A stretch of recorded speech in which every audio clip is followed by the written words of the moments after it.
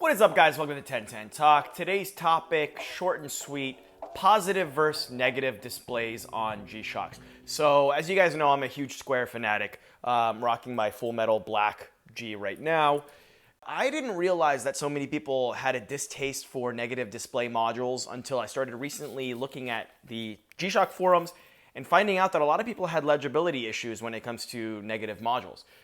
So I'm going to do a quick little video on a bunch of negative displays that I have and compare them to some positives and give you my thoughts. Anyways, let's get into it. So this is the Mudman G9000 MS, my most recent purchase. You can see it is the worst negative display of all my watches. You'll see in a little bit later on. The text is red, it's not that legible, it's a pretty basic 3031 module. So yes, you need a lot of natural light or bright lights to sort of easily be able to see this at a glance. Of course it does have that backlight button pusher on the front, which is no issue at all in low light situations. But of course it will drain the battery faster. The discrepancy between a good positive display and the Mudman here is pretty obvious, I'd say. You can see how easily legible and how easy it is to read the S5600 that I have on the right here versus that Mudman on the left.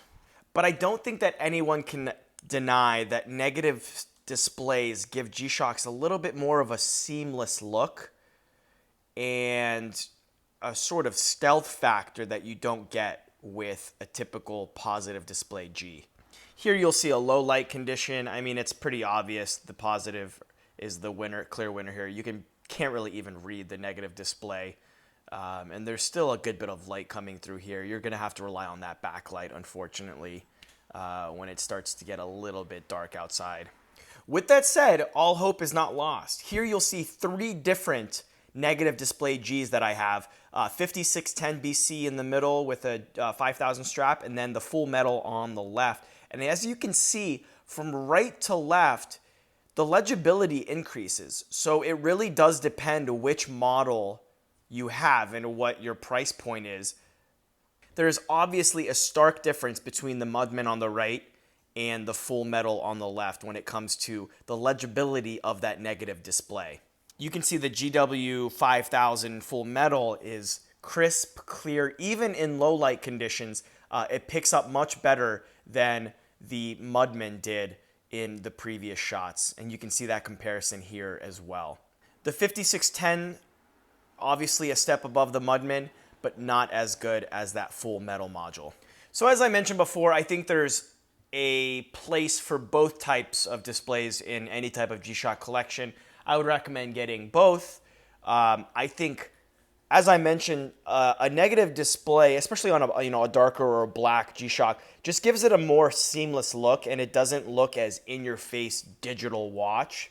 I don't know. I think I actually prefer negative modules, even if they're a little bit difficult to read. I'll just go ahead and rely on that backlight and unfortunately drain the battery a little bit sooner than I would normally. Anyways, let me know what you guys have, what G-Shocks you guys have, if you guys have positive, negative displays, what you guys think. And sound off in the comments. Like, subscribe, and I will catch you guys in the next video.